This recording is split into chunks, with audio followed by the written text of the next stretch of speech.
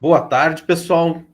Hoje, dia 8 de dezembro de 2021, estamos começando mais uma aula do componente curricular de Filosofia 1 do curso técnico integrado em administração do IFRS Campus Rolante. Queria agradecer aqui a presença nesse momento do Felipe, da Maria Alice, da Milena, da Vitória, da Thalia, do Christian, do Douglas, da Maria Eduarda, da Ana Luísa e da Silvana.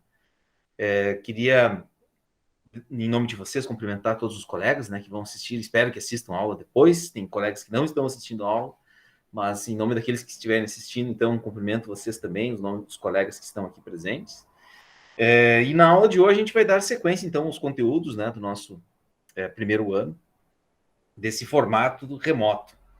Hoje está acontecendo a reunião do colegiado do curso integrado em administração, para discutir algumas atividades presenciais que faremos no campus a partir da semana que vem.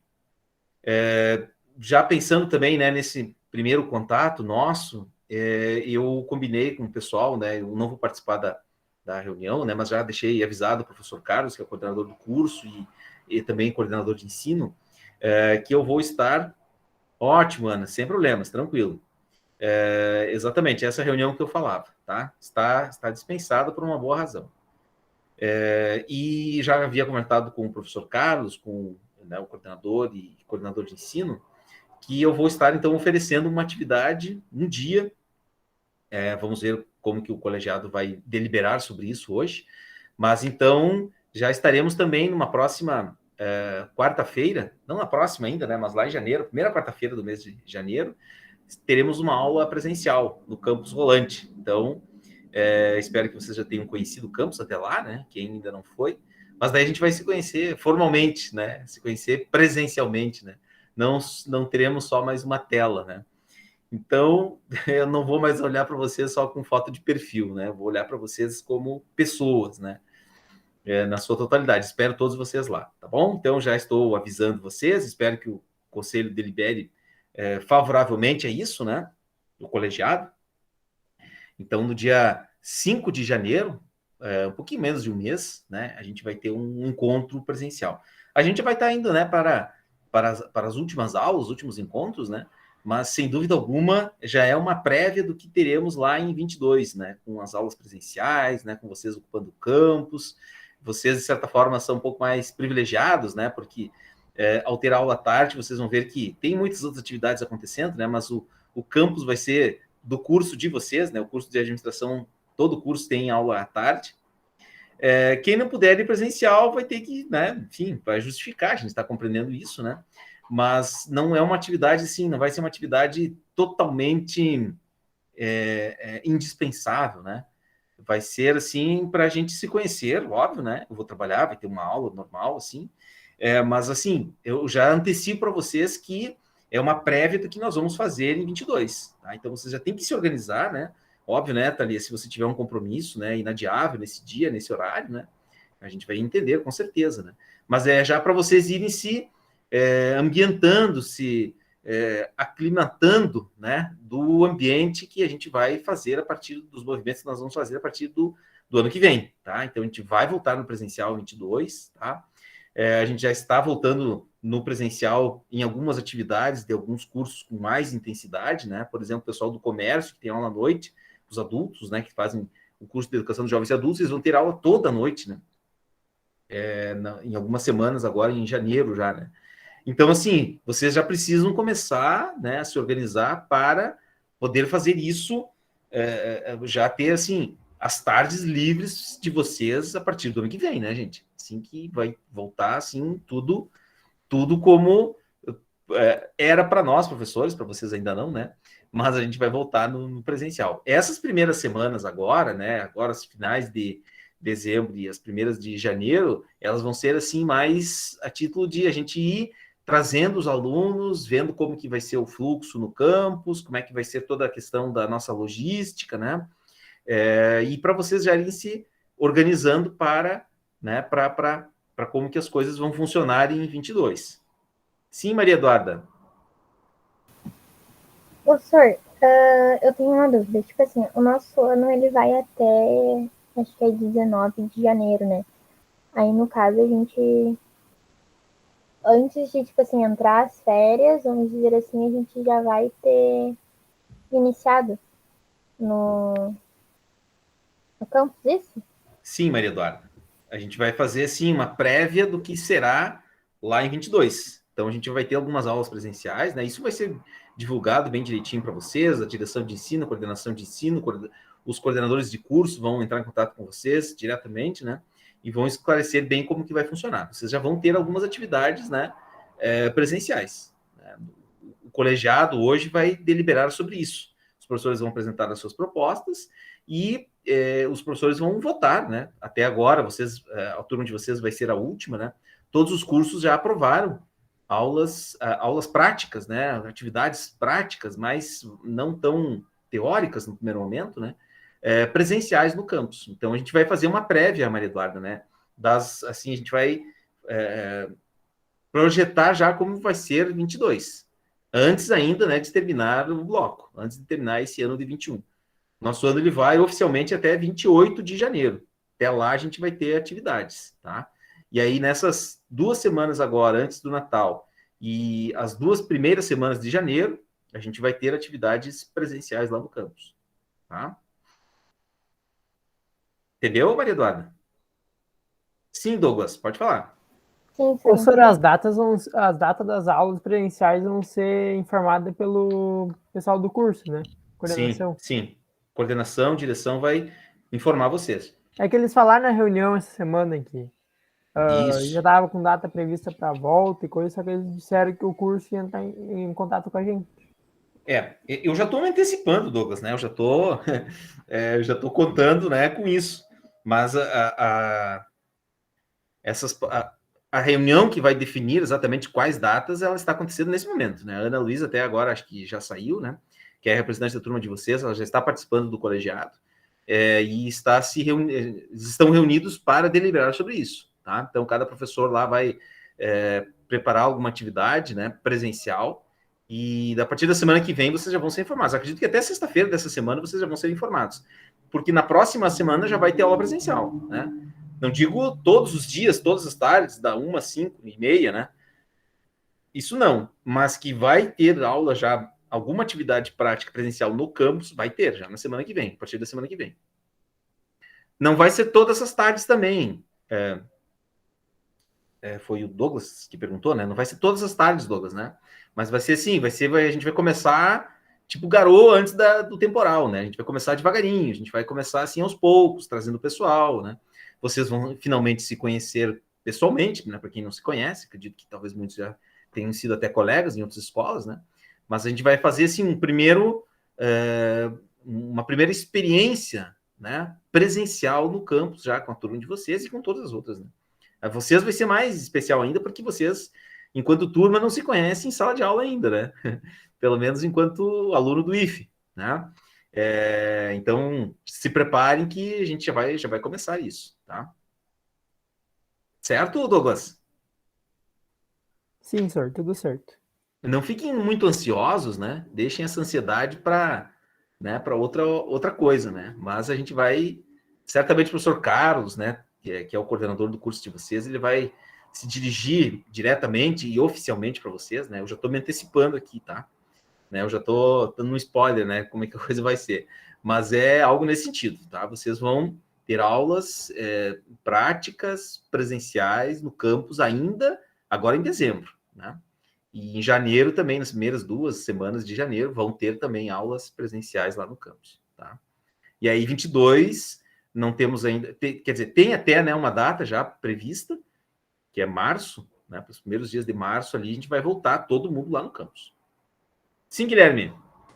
Ô, Sori, a volta presencial vai ser obrigatória para todo mundo ou a gente vai poder continuar acompanhando pelo Moodle também? Essas semanas agora, Guilherme, o nosso calendário ele é remoto, tá? Ele ainda segue remoto. A princípio não é assim obrigatório, né, que vocês devam estar todos no campus, né? Porque isso a gente sabe que nesse momento assim é um pouco mais complicado, né? Depende, talvez vocês dependam de transporte público, dependam, né, de carona dos pais, né, da boa vontade de alguém para levar vocês, enfim, a gente não vai forçar nada, né? Quem não for não vai perder nada, né? vai continuar. A plataforma lá no Moodle vai seguir a mesma organização. No meu caso, né, a gente vai ter as leituras, os vídeos, as aulas, né? Tudo isso vai seguir do mesmo jeito lá. Só a gente vai fazer, assim, um plus aí, né, para a gente ir, assim, começando a retomar essa prática presencial, que estamos há praticamente 2 anos, assim, né? No IF, pelo menos, né? Então, a gente precisa, assim, retomar isso, né? Então, nós vamos... ainda as atividades elas vão ter um caráter, assim, mais de...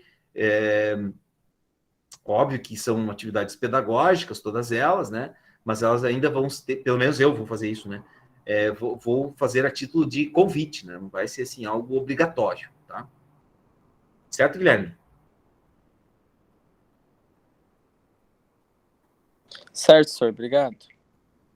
Felipe, levantou a mão? Pode falar.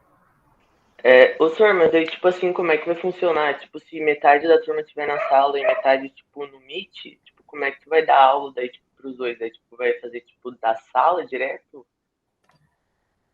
Olha, Felipe, essa é uma boa pergunta, porque eu também não pensei nisso, né? Na verdade, assim, eu não vou comprometer os outros colegas. Talvez eu até faça uma aula gravada nessa mesma semana, né? Como a gente está fazendo aqui agora, tá? Para ficar disponível depois para todos. Mas, assim, vai ter uma atividade prática para vocês lá no campus, presencial, tá? Eu não sei se a gente vai ter equipamento, se vai ter disponibilidade de gravar isso, né? Eu confesso que essa é uma pauta que a gente não definiu ainda, tá? Mas a gente vai fazer algo lá no campus. A gente quer, assim, que o maior número de pessoas esteja lá, da turma de vocês, certo? Se tiver como transmitir, se for uma aula prática, eu nunca fiz isso, né? Mas se der para fazer, a gente faz. Vamos aprender. Eu não sei como é que a gente vai fazer, né? Só sei relatos de colegas que fizeram isso, né? Mas provavelmente eu vou fazer alguma outra coisa para vocês, né? Se quem não puder ir, né? Eu não vou prejudicar quem não for, tá? Essa é uma orientação que a gente tem já desde, né, a coordenação se manifestou nesse sentido, né? A gente não vai fazer nada que prejudique quem não puder ir, tá? Eu não defini ainda, Felipe, também como que vai ser, se a gente vai fazer uma aula como eu faço aqui com vocês, ou se a gente vai fazer alguma coisa diferente. Não defini isso também ainda, tá? Só sei que no dia 5 estarei lá. 5 de janeiro estarei lá. Eu vou ficar aquela semana, né? Acho que eu falei isso para vocês, né? Eu moro em Passo Fundo. Então, essa primeira semana de janeiro, eu já me organizei para mim ficar a semana inteira lá. Né? Eu tenho as outras turmas também, né? Que eu trabalho. E aí estarei no campus, né? Manhã, tarde e noite lá, nessa primeira semana, tá? E aí a gente vai vendo como que faz, né? O que a gente vai fazer. A gente vai ter que ir para lá e, né, e aos poucos ir retomando, como o diretor, o professor Fábio, fala muito, né? O diretor de ensino, tomando a vida do campus, né? Com os alunos, principalmente com vocês, né? Que o IF ele é predominantemente focado, né? Ele é uma instituição de ensino, né? E a atividade fim dele são as aulas. Então, as aulas para vocês. Então, a gente precisa retomar isso, né? Quanto mais a gente estiver lá, melhor. A gente vai fazer esse primeiro movimento para 22 a gente não começar assim da estaca zero, né? A gente vai assim começar já considerando toda a dinâmica já presencial, tá? A gente quer fazer assim tipo um teste antes, né, de começar. Certo, Felipe? Certo, senhor. Muito bem. Alguma pergunta, pessoal? Alguma dúvida? Algo que vocês gostariam de saber ainda antes da gente começar? Os demais, tudo ok? Tranquilo? Bom, se não mais, a gente então começa propriamente com a aula de hoje. Deixa eu projetar aqui na minha tela. Guia.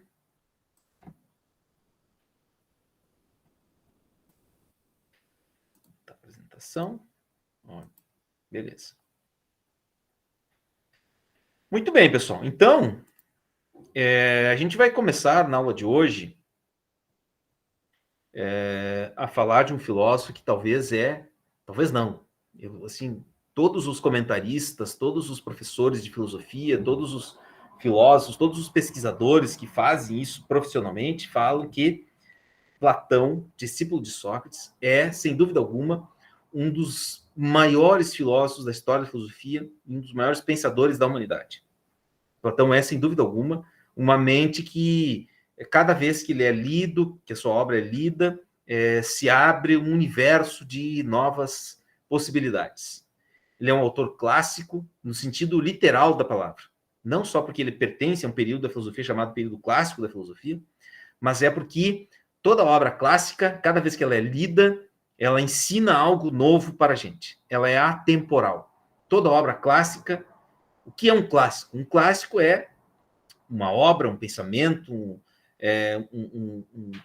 um argumento que ele sempre diz algo novo, independente do tempo em que ele é lido. Então, nós estamos hoje no ano de 2021. Se a gente fosse ler toda a obra do Platão, a gente encontraria muitas afirmações que ele fez há 2.400 anos atrás, que parece que ele escreveu para o nosso tempo. Isso é um clássico. Tá? Toda obra clássica, ela é atemporal. Ela serve para qualquer tempo, para qualquer lugar, para qualquer pessoa, de qualquer cultura, de qualquer orientação, de qualquer visão, de qualquer... Enfim, somente para os ignorantes, né? Como o próprio Platão vai dizer isso, né? A obra do Platão é, sem dúvida alguma, um divisor de águas na história do pensamento da humanidade como um todo. Se a gente pudesse selecionar um pensamento, o pensamento de um autor, ou a obra de um filósofo, para salvar, vamos imaginar que o universo fosse acabar, se o planeta Terra fosse acabar, o universo não, né? Se o planeta Terra fosse acabar, certamente alguma obra de Platão, e eu vou falar de uma obra hoje, estaria ali recolhida num grupo muito seleto de filósofos, pensadores que produziram algo essencialmente atemporal.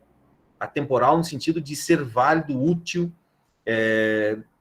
coerente, inteligente, em qualquer tempo, para qualquer cultura, independente da língua, independente da condição financeira, independente da posição social. A obra de Platão, ela é uma obra magnânima, no sentido de que ela pode atender diferentes matizes, diferentes interesses, tá? Então, é por isso que a gente tem que sempre, quando se deparar com uma obra de um filósofo como esse, prestar atenção. Bom, não vou me estender muito, né? Eu quero só apresentar um pouco daquilo que a gente sabe e conhece do pensamento de Platão. Eu não sou um especialista em Platão, tem muitos outros autores, muitos outros professores que podem saber muito mais do que eu. O que eu vou apresentar para vocês aqui são algumas noções introdutórias, talvez uma das noções e uma das obras mais conhecidas da história do pensamento humano. Tá? Quem foi Platão primeiro? Platão é o discípulo, foi o sujeito que mais aprendeu com Sócrates. Platão, então, ele fundou a Academia de Platão, né, depois da morte de Sócrates, né, depois já da maturidade de Platão. Platão era muito jovem quando Sócrates morreu, né? E todas as obras do Platão, elas são escritas em diálogos, por meio de diálogos. Isso aqui eu falei para vocês na semana passada, né? O personagem das obras do Platão sempre é Sócrates. Sócrates é o mestre e personagem central dos diálogos de Platão. Não se tem bem certo precisão de quantas obras o Platão escreveu.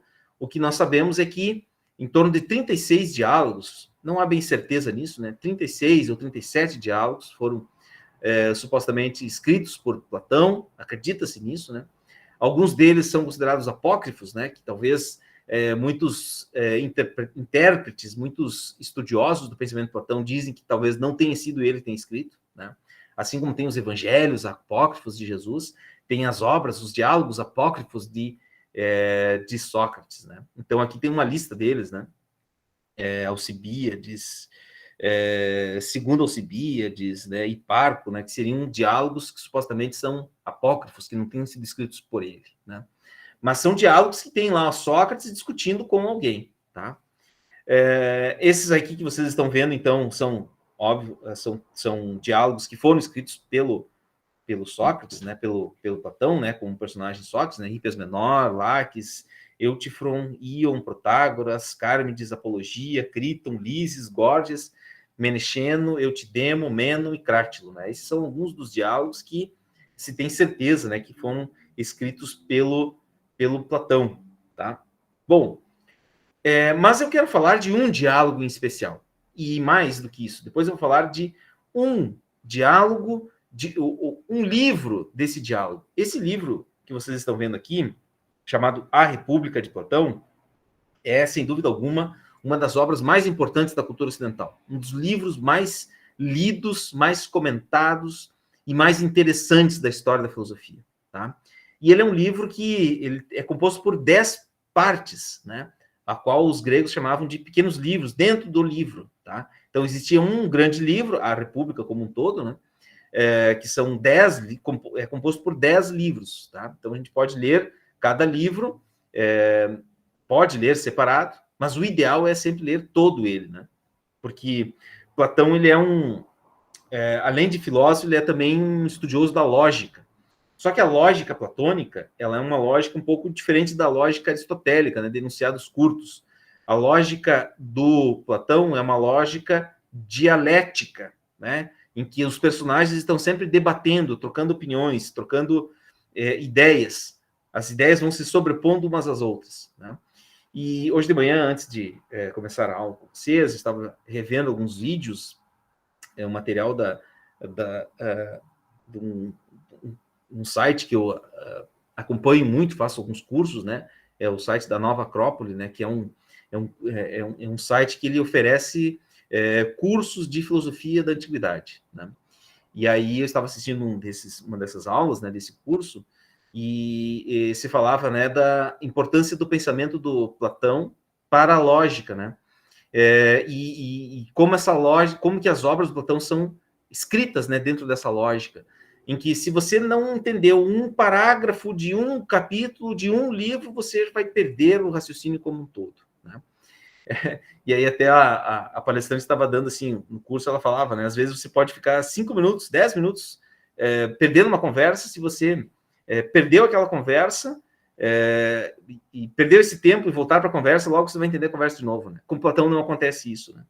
Com Platão a gente precisa ler frase por frase, pensamento por pensamento, porque se a gente não compreender algum aspecto, certamente a nossa compreensão da obra e do pensamento como um todo vai ser perdida, tá?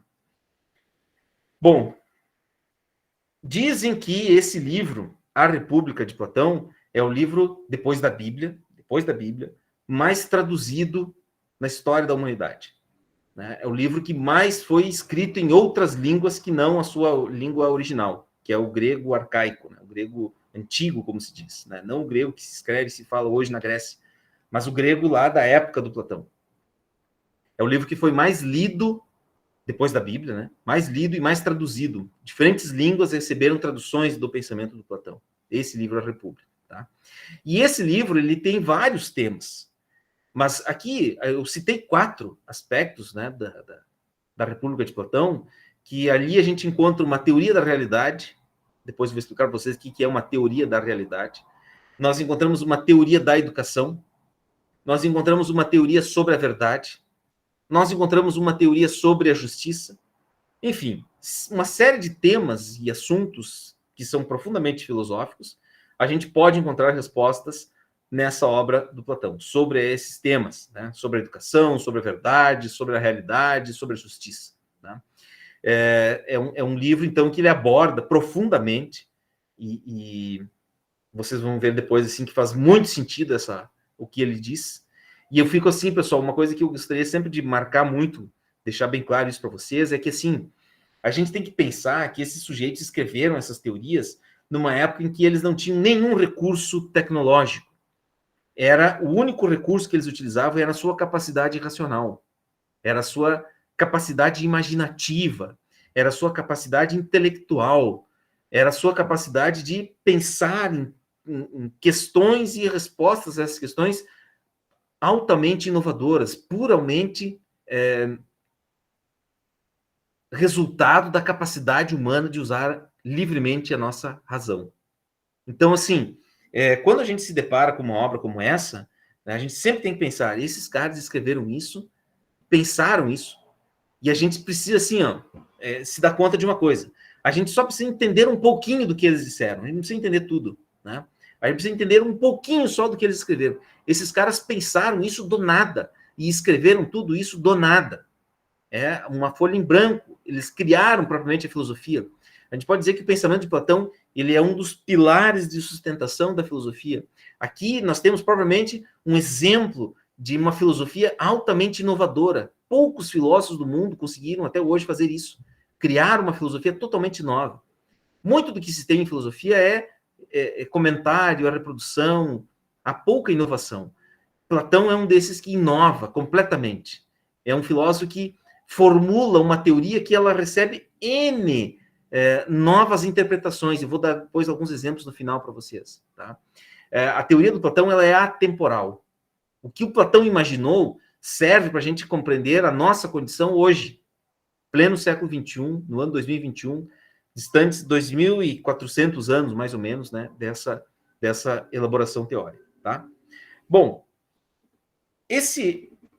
lembra que eu falei numa aula que os primeiros filósofos, eles eram tão ainda, a questão da mitologia era tão presente ainda na cultura grega, que os primeiros filósofos, eles se valiam de mitos para explicar filosofia.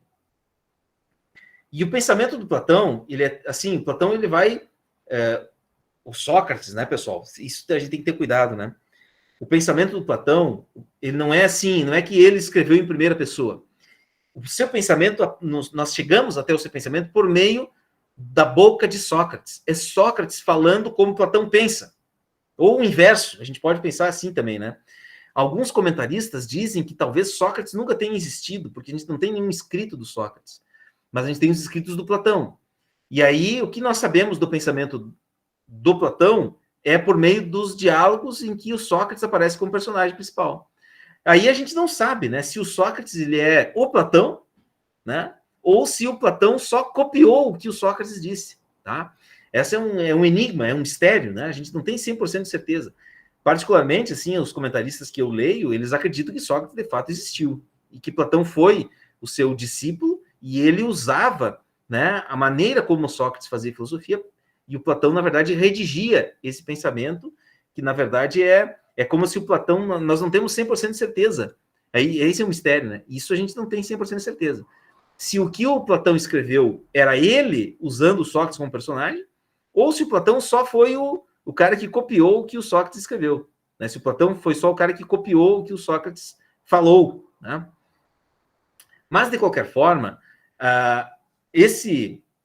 o pensamento do Platão tem uma metáfora, um mito, uma analogia, uma alegoria, como a gente pode dizer também, que é uma das alegorias mais reproduzidas e mais atuais da história da filosofia. Eu busquei essa imagem aqui, ela não é a melhor imagem, né? Depois eu vou mostrar uma outra, essa aqui, mas vamos trabalhar primeiro com essa aqui, para vocês entenderem. Estão vendo aí, pessoal, na tela de vocês? Olhem bem para o desenho que vocês estão vendo aí na tela de vocês, por favor. 1 minuto para vocês olharem todos os aspectos, cada detalhe, tudo é muito importante dentro da alegoria da caverna do Platão. Tá? Olhem tudo que vocês conseguem visualizar aí.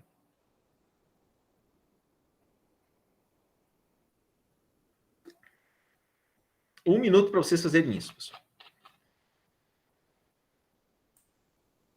Felipe, Guilherme, Douglas, Amanda, Maria Alice, Vitória, Maria Eduarda. Vocês devem olhar cada detalhe da tela que está aparecendo aí no celular de vocês ou no computador de vocês. Deixa eu ver quem mais que eu chamei. Milena, Thalia, Vitória. Olhem aí, por favor, atentamente para o que vocês estão vendo no computador ou no celular de vocês. Olhem para todos os detalhes. Conseguem ver o meu mouse aí? Está aparecendo para vocês? Sim. Olhem bem. Todos os aspectos, todos os detalhes, tudo que vocês conseguem visualizar. O que vocês estão vendo... Deixa eu ver se alguém levantou a mão. Thalia. Sou eu posso falar o que eu vi? Diga. E o que eu achei em primeiro momento? Sim, claro, por favor. Então, em primeiro momento, eu achei que aquelas 3 pessoinhas ali que estavam com os negócios fazendo sombra, eu achei que eles estavam querendo assustar os outros. Mas daí eu me liguei que eles estavam reproduzindo o que os outros estavam vendo do lado de fora. É isso? Deixa eu ver se eu entendi. Esse aqui, eles estão reproduzindo... Que eles... Tá, pode falar. Porque, assim, eu achei que eles estavam Uhum. querendo assustar os outros só, mas Esses aqui. na verdade eu vi que as sombras que tá formando é dos objetos que eles estão vendo lá fora. Por exemplo, tem a ave, tem um negócio ali que eu acho que é o negócio que coloca a cinza de gente morta, sabe? Eu acho que é isso, não sei. São jarros. Na Tá, então é época se isso. Nossa, usava, é a cerâmica dos gregos, um objeto muito usado e feito por eles lá. eu já fui pensar coisa além, tá? Aí, e tem também a árvore, então, tipo assim, parece que tem dois lá fora contando para os que estão mais ou menos ali dentro, e daí eles falam para os outros reproduzem para os que estão além que não conseguem passar daquela parede. Tá. Victória. Eu entendi de maneira diferente. Eu imaginei como se o pessoal ali que tá segurando as figuras estivesse mostrando algo, tipo, ó, vocês têm isso daqui, vocês estão vendo. Mas o pessoal que tá saindo tá vendo o que tem de verdade. Como se eles estivessem presos, achando que tem algo. Mas, se eles saírem, eles vão ter mais. Tá. Mais alguém levantou a mão aqui? Deixa eu ver. Quem tá com a mão erguida? Alguém tinha levantado a mão, pessoal? Deixa eu ver se tem mais alguém com a mão erguida. Acho que não. Não. Bem, as duas interpretações elas estão corretas, elas realmente dizem, vocês estão intuindo o caminho que o Platão está mostrando aqui. Bom, antes da gente falar especificamente da alegoria, da imagem, deixa eu ver, eu vou contar um pouco, né, de como que aparece e por que aparece essa alegoria, né, na obra do Platão. Bom, como a gente já viu, né, o Sócrates é o personagem dos diálogos do Platão. Nesse diálogo, o Sócrates ele tinha ido a uma festa, uma procissão religiosa, na verdade, num lugar chamado Pireu. Tem um porto nesse lugar até hoje. Douglas, fala. Professor, a tua imagem tá vindo atrasada. Tu fala e depois que vem a imagem. Tá bugado. Tá, então deixa eu me concentrar. E aí... E agora, conseguem me ver bem? Agora sim. Tá. É quando eu fico trocando assim, eu já percebi que ele faz isso. Primeiro, deixa eu contar um pouquinho, então, como que aparece essa alegoria na obra do Platão, A República. A República é um texto composto por 10 capítulos. E nesse texto, o grande tema de discussão é como viver junto com outras pessoas de forma justa. O tema maior da República, se a gente pode dizer assim, todos aqueles temas são temas importantes dentro da obra do Platão. A verdade, a educação, a realidade, a justiça. Mas o grande tema, o tema central da obra, A República, é a justiça. E aí, nessa obra, ao longo dela, ela é composta por 10 livros, ao longo dos 10 livros, o Sócrates vai debatendo com outros membros, não são filósofos, são sofistas, o que seria, então, propriamente essa ideia do que é a justiça. E aí, como que começa a história? O Sócrates tinha ido na casa, então, de um amigo dele, depois que ele saiu dessa posição que ele foi, no Porto do Pireu, ele estava voltando para casa, e quando ele estava voltando para casa, esse amigo dele convida, Sócrates, venha jantar conosco. Esse amigo do Sócrates é um senhor idoso, o nome dele é Céfalo. O Céfalo já é um homem velho, rico, de certa forma já tinha uma vida boa, tinha seus filhos, tinha uma descendência, e os dois daí começam a conversar, o Céfalo e o Sócrates. Óbvio que tinha outras pessoas na janta, aquela noite na casa, e eles começam a conversar. E vão conversando sobre o que seria uma boa vida, como que seria uma vida justa. O Sócrates pergunta para o Céfalo, olha, Céfalo, você que já está chegando ao final da vida, né? O que tu entendes que é a justiça? O que seria uma vida boa, uma vida justa? Como que é levar uma vida justa? E aí o Céfalo dá a resposta dele, né? Que seria...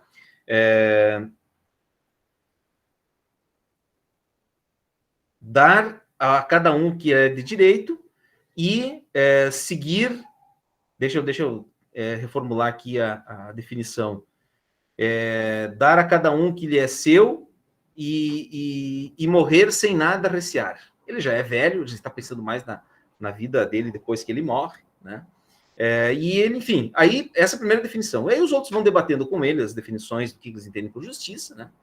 E aí o Platão vai dizer assim, olha, a gente precisa definir as coisas a partir de uma divisão, tentar compreender as coisas que são na realidade, né? A grande questão, e esse é um tema também grande dentro da obra A República do Platão, que é o tema da realidade.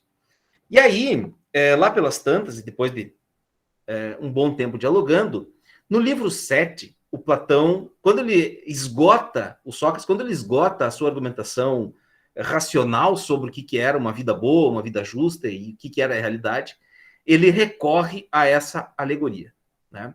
Ou seja, ele cria uma situação hipotética, ele cria uma metáfora, ele cria uma história simbólica. E ao criar essa história simbólica, ele usa essa simbologia, essa metáfora, essa alegoria, para dizer que, na verdade, a gente precisa olhar para todas as coisas sempre tomando como referência dois mundos, duas realidades. Uma realidade aparente e uma realidade mais real. Uma realidade que é fantasiosa e uma realidade que é a realidade mais pura, eterna, permanente. Bom, então, o que o Sócrates vai contar é essa história mais ou menos assim, né? Ele pede para que os participantes da janta imaginem a seguinte situação. Imaginem homens presos ao fundo de uma caverna, tal como as meninas estavam descrevendo lá no início. Imaginem homens presos no fundo de uma caverna que estão contemplando as sombras, estão contemplando uma parede. E essa parede aparece alguns objetos. E essas pessoas que estão presas no fundo dessa caverna, elas acreditam que aqueles objetos que elas estão vendo, que são sombras, na verdade, são os únicos objetos verdadeiros. Essas pessoas que viveram a vida toda dentro dessa caverna, elas seriam, o que elas estão vendo seria a realidade mais real. Seria a verdade. E aí, na descrição que o Sócrates vai fazer, ele vai dizer que essas pessoas aqui, essas pessoas estão presas ao fundo de uma caverna. Entre o fundo da caverna, as pessoas, existiria um outro lugar. Esse outro lugar, existiriam outras pessoas, né, que a gente não sabe bem por que elas estão aqui, que elas ficariam imitando uma realidade que existe num outro lugar. Que é aquilo que, não me lembro quem foi que falou, mas acho que foi a Thalia, não sei se foi a Thalia ou a Vitória, que elas estariam reproduzindo a realidade que está lá num outro lugar. Então essas pessoas sabem que existe uma outra realidade, mas elas, não se sabe bem por que razão, elas ficam, talvez a razão seja para manter essas pessoas presas, acorrentadas, iludidas, elas ficam projetando uma realidade para elas. A esses aqui, o Sócrates chama de os títeres. Quem são os títeres, pessoal? Isso é uma coisa incomum para nós hoje, né? Mas o titiriteiro é aquela pessoa, já viram aqueles teatros de bonequinhos que tem assim, você fica mexendo com os dedos e lá, assim, fica escondido atrás de uma cortina, né? E fica mexendo como se as pessoas tivessem, os bonequinhos tivessem vida própria, né? Mas você fica conduzindo os bonequinhos. O Sócrates chama esses de titeriteiros, né? Eles ficam ali projetando uma realidade para essas pessoas aqui. Essa realidade que eles projetam é a realidade que está lá fora, no mundo eterno, no mundo perfeito, no mundo em que não existem sombras, mas existem os objetos tais como eles são, tá? E se vocês observarem bem, acho que, não me lembro quem foi que falou, né? Tudo o que está projetado aqui existe lá fora, né? E essas pessoas que estão aqui, elas estão tentando enganar, ludibriar. Isso aqui é tipo uma fake news, né? Eles ficam olhando para aquela realidade ali e eles ficam achando que aquela é a realidade mais real. Então, o que o Platão quer dizer é que existe, assim, a gente sempre tem que olhar para as coisas, para todas as coisas, sempre numa perspectiva dupla. Como assim duplo, professor? Existe uma realidade daquilo que a gente vê e uma realidade que é uma realidade eterna, permanente, que não é necessariamente corpórea. Agora eu vou pirar um pouco mais a cabeça de vocês. Ó. Deixa eu pegar algum objeto aqui. Ó. Ou não, vamos pegar esses exemplos aqui mesmo. Qual desses 3 objetos aqui? Ó, vamos pegar esse pássaro aqui. Estão vendo que tem um pássaro aqui? Ó, esse é um pássaro, né? Aqui está um outro pássaro. E tem pássaros lá fora. Quais desses 3 pássaros são o mais real dos 3 pássaros? Existe algum que é mais real que o outro? Pessoal, existe algum dos... Fora. O que está lá fora? É que depende da realidade de cada um. Para os que estão vendo só a sombra, aquele dali é o mais real. Perfeito, perfeito. Bom, aí vem a partir... Quem foi que falou agora? Desculpa, não... Eu, Thalia. Thalia. Obrigado, Thalia. Exatamente. As pessoas vivem em diferentes realidades. Todos os homens, todas as mulheres, todos os seres humanos vivem em diferentes realidades. Dependendo da realidade em que você está inserido, é a sua forma de ver a realidade, de enxergar a realidade. Tá? Se você é uma pessoa que vive num contexto, em um ambiente fechado, uma bolha, enclausurado no teu mundo, aquilo que os outros projetam para você, você vai entender que aquilo é a realidade. Agora, aí que vem esses caras aqui, ó. Estão vendo que tem um pessoal que está saindo, ó? Estão vendo aqui? Olha só, o que eles fizeram? Eles saíram da caverna. O Sócrates conta isso no livro, né? Um deles sai da caverna. E quando ele sai da caverna, com o que ele se depara? Com uma outra realidade. Mas olha só, tá vendo aqui o gesto que ele está fazendo, ó? Tá vendo aqui, pessoal? Tá vendo? Como é que ele está ali, ó? Qual é que gesto que ele está fazendo? Como que é esse gesto? Ele está se protegendo da claridade, da luz. Exatamente. Porque existe uma realidade que ela é mais forte do que aquela do fundo da caverna, né? Uma claridade, melhor dizendo. Uma claridade. Uma luz. Ó, aqui é uma luz de um fogo, né? Um fogo que imita o sol. E aquela luz que tem lá fora é diferente dessa luz aqui, né? Essa é uma luz muito mais forte. Só que essa luz, no primeiro momento, nos cega. Não permite que a gente enxergue as coisas tal como elas são. Ela, num primeiro momento, a gente não gosta. Sabe aquela cena, aquela hora que o pai ou a mãe de vocês, ou alguém, um irmão, enfim, sei lá, chega no quarto de vocês bem cedinho, ou já é um pouco dia, já está claro, e abre a janela com toda a força e fica tudo claro dentro da janela, e a gente está dormindo lá dentro, como é que a gente faz? A primeira coisa, a gente não quer ver aquela claridade nos cega, não nos faz enxergar corretamente as coisas. Né? Essa realidade, ela é mais difícil da gente enxergar. Só que a gente precisa sair desse fundo da caverna. Né? Isso está relacionado a uma outra ideia do Platão, que é muito legal, que é a seguinte. Para o Platão, existem as coisas passageiras do mundo sensível e as coisas eternas. O que é uma coisa passageira? O nosso corpo. O que é uma coisa eterna? A nossa alma.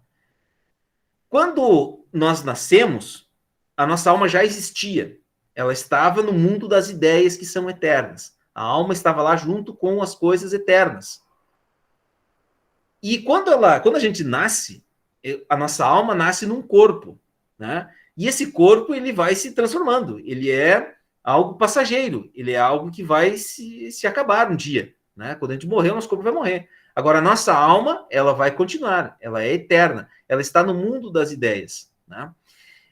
As ideias são eternas, assim como as almas das pessoas são eternas.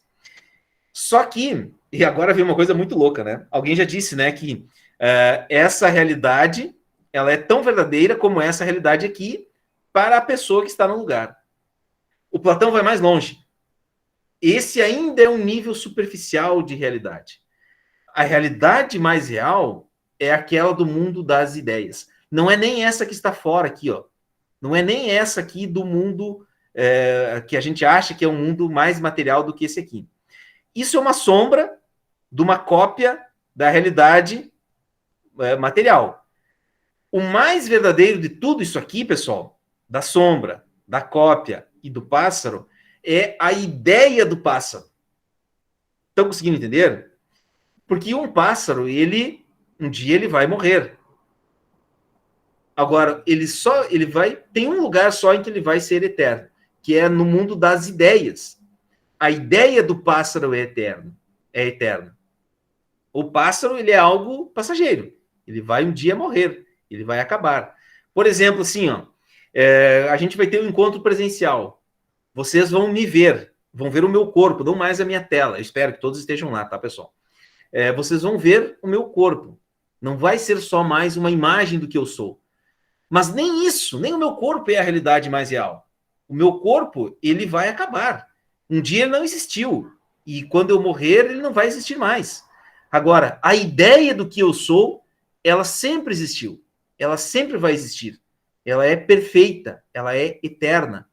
Aí, por isso que Platão vai dizer que o mundo sensível, ele é sempre um mundo precário. Ele é um mundo de aparências. Por mais que a gente veja os objetos, por mais que a gente veja as coisas, por mais que a gente toque as coisas, os nossos sentidos, eles sempre nos enganam.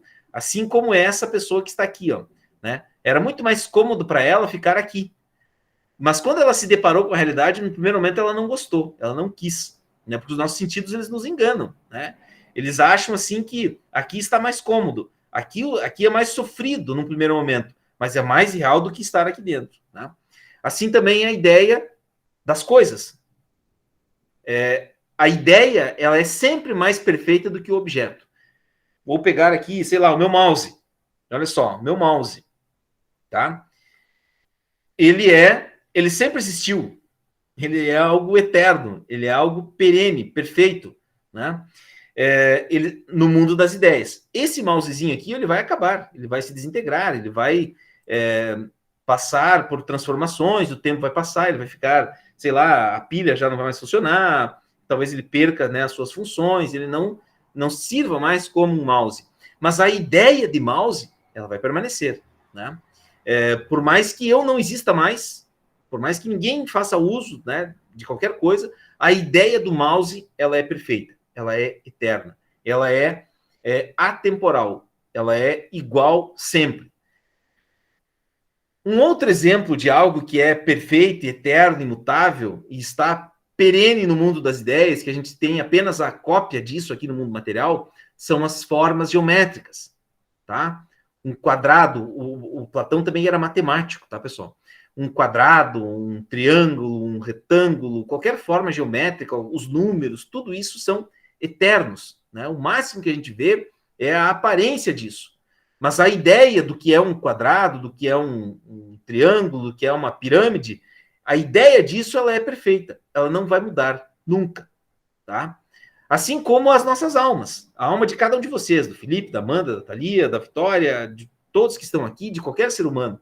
Essa é uma alma perfeita, eterna.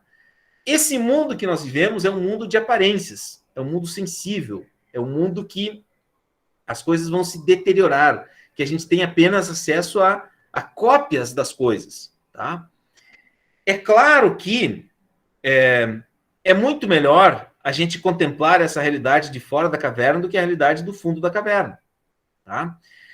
Essa saída do homem, e no livro Platão fala disso, né, por meio do Sócrates, um desses indivíduos, ele se solta, ele sai do fundo da caverna e vai contemplar a realidade lá fora. E aí, quando ele se dá conta do que ele vê lá fora, ele corre de volta para dentro da caverna e conta para os outros. Turma, primeiro ano da administração. O que vocês acham que esses outros vão dizer desses que foram lá fora e voltaram aqui dentro? O que vocês acham que eles vão dizer, pessoal? Qual vocês acham que seria a resposta dos que estão lá no fundo da caverna para alguém que diz, olha, essa sombra que tu está vendo aí, existe uma cópia dela e existe um verdadeiro objeto lá fora. Isso que tu está vendo é mentira. Qual que vai ser a reação desses que estão aqui dentro, pessoal? Primeiramente de surpresa, né? E eu acho que eles iam se questionar também, tipo, nossa, o que eu tô vendo não é real. Estás muito otimista, Thalia. Geralmente, quando a gente vê uma realidade, contempla uma realidade mais real, acessa algo que é mais verdadeiro e chega e conta para o outro, a maioria das pessoas, elas não acreditam nisso. Elas preferem continuar acreditando na sua verdade. Fala, Douglas. Ô, senhor, mas antes, tipo assim, tem uma história por trás dessa imagem, né? Porque como eles chegaram até ali, eles até nesse buraco e coisa assim, sabe? Eles não conheciam lá de fora da caverna? Que eu tô me questionando. Sim, Douglas, muito boa a sua pergunta. Na verdade, sim. Como que eles foram parar lá? Essa é a grande pergunta, né? Essa é a grande pergunta. A metáfora é como a gente diz, né? Eu não sou um especialista em nenhum filósofo, né? Mas esse é um grande mistério, né? A pergunta é como é que eles foram parar lá? Bom, aí a gente pode se perguntar. A própria concepção de transformação dos homens ao longo do tempo, né? A gente não, assim, hoje teve que ter um começo. Em algum momento, alguma coisa aconteceu. O Platão, ele imagina que, por alguma razão, eu vou compartilhar depois o livro com vocês, para vocês lerem lá na própria passagem como que é. Por alguma razão, homens foram presos no fundo de uma caverna. Metaforicamente, vamos usar agora o aspecto simbólico da metáfora, né? Da alegoria. Metaforicamente, o que Platão aqui pode nos passar, eu não tenho certeza se ele quis dizer isso ou não, né? Mas metaforicamente, considerando o contexto em que o Platão viveu, né? E essa metáfora, a minha hipótese é que essas pessoas, elas representam, assim, os primórdios da humanidade. Quando os conhecimentos das pessoas, elas ainda eram muito rudimentares. Significa... lembra que eu falava para vocês, né? É uma alegoria. Essa alegoria, ela não tem compromisso com a realidade.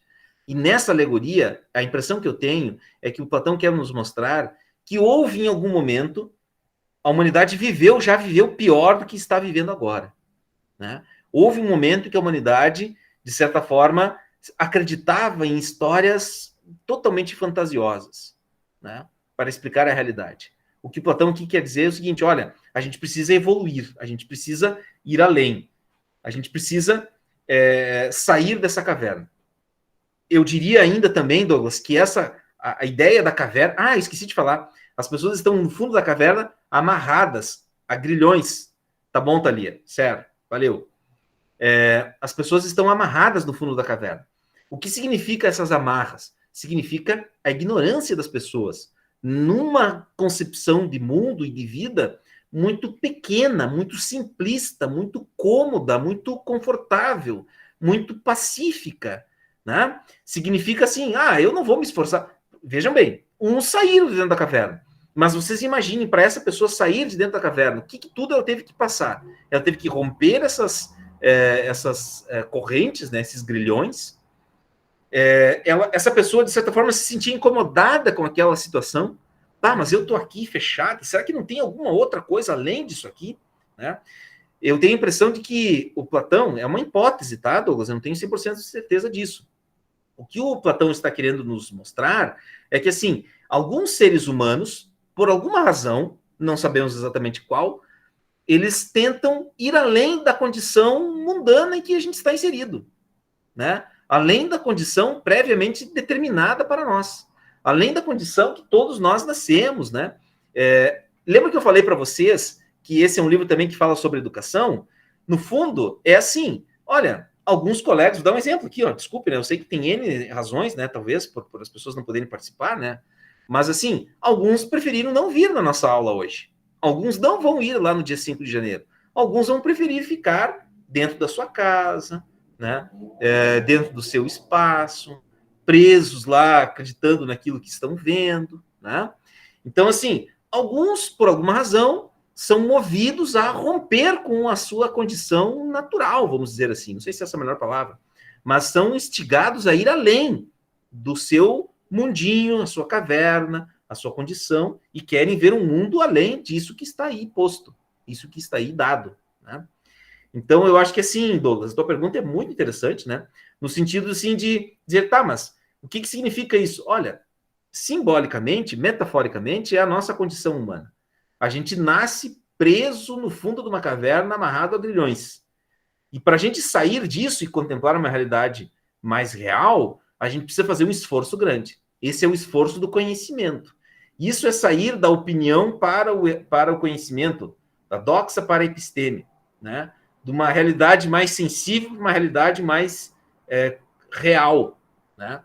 Então, a teoria da realidade do Platão, ela prevê níveis de realidade, né? E quanto mais elevado for esse nível de realidade, mais próximo, né, da verdade nós vamos estar. Alguém tinha levantado a mão? Ô senhor, mas eles também saíram da zona de conforto deles. Eles podiam ter ficado no mesmo lugar que eles estavam, mas eles foram procurar novas coisas. Exatamente. Saber novas coisas também. Exatamente, exatamente. Esse é um desafio, né? Essa é a nossa condição. Esse é o nosso papel dos seres humanos. É por isso que o pensamento do Platão e do Sócrates é um pensamento clássico, é uma base da filosofia. Aqui ele está dizendo assim: olha, você quer saber alguma coisa a mais sobre qualquer realidade do mundo, você precisa se esforçar, você precisa romper os teus grilhões da tua ignorância e subir uma escalada. Não é assim, não foi que eles se viraram aqui e já estavam com tudo, né? Eles foram vendo diferentes níveis de realidade. E quando eles chegaram aqui, ó, ainda essa não é a realidade mais real. Eu preciso imaginar ainda uma realidade ideal, que aqui ainda é o mundo sensível, aqui ainda são coisas materiais. Mas eu tenho que ver alguma coisa para além disso, né? E isso não é fácil, Milena, tem razão. Eles precisaram sair da zona de conforto. Eu preciso me desacomodar, eu preciso ir além, eu preciso fazer um esforço para ver o mundo a partir dos meus próprios olhos, tá? Bom, pessoal, era isso. Aqui eu tenho uma outra imagem, né? Essa também é bem interessante, tá? E eu indicaria 2 filmes para vocês lerem, para a gente finalizar a aula de hoje. Se tiver tempo e interesse, quem quiser assistir isso também, né? Fica o convite, tá? Fala, Felipe. Ô, senhor, tipo, tu botou ali o filme Matrix, né? Tipo, tu nota que já dá para relacionar ele até com aquela tecnologia que está sendo desenvolvida pelo Facebook, o Metaverso. Não sei se tu já ouviu falar. Ainda não. Tem alguma relação, senhor? Mas eu imagino, com certeza, né? O campo da computação é o que mais brinca com essa questão da realidade, né? Porque aí, assim, bom, o Matrix, pessoal, é um filme de 1999. Esse filme aí tem mais de 20 anos, 22 anos já. Quase 23. E esse filme, na época, eu lembro que ele foi muito revolucionário nas questões de efeitos especiais, né? Mas ele também, assim, ele estava mostrando um pouco do que a tecnologia poderia vir a fazer, né? E é uma demanda, assim, eu não sei se vocês já assistiram o filme, né? Quem tiver tempo e interesse pode assistir também, né? Mostra o Neo, que é esse personagem que ele trabalha com computação, né? Com programação, e ele vai ver depois que tudo aquilo que ele estava vivendo. Pessoal, vou ter que dar uma saidinha aqui só um pouquinho, já vem. Só um pouquinho, aguenta aí. Só um pouquinho.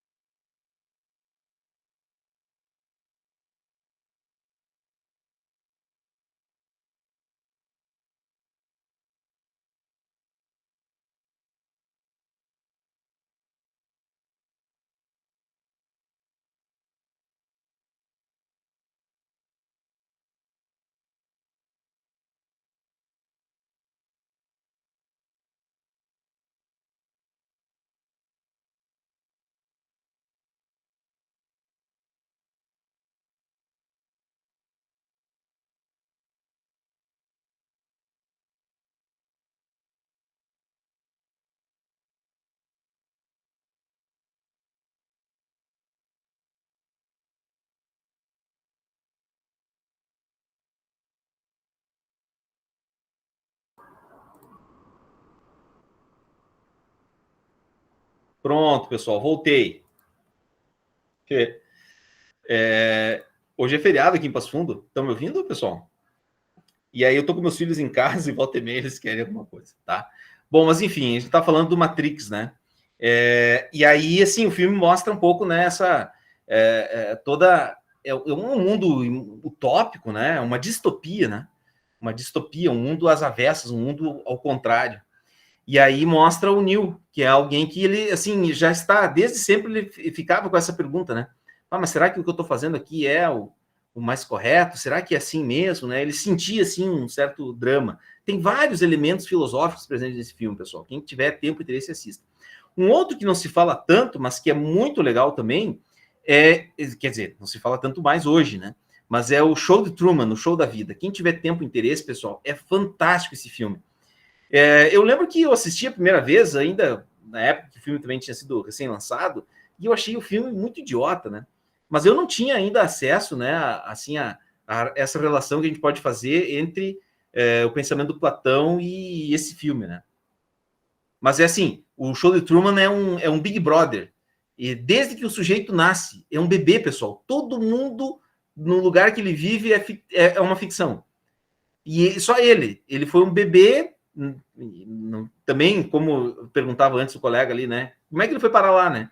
Mas ele foi um bebê que foi gravado, foi feito um programa de TV dele desde que ele nasceu, todos os dias, né? Durante, não lembro quantos anos que ele tinha, né? Quando ele descobre, enfim, né? Eu não vou contar a história para vocês também, né?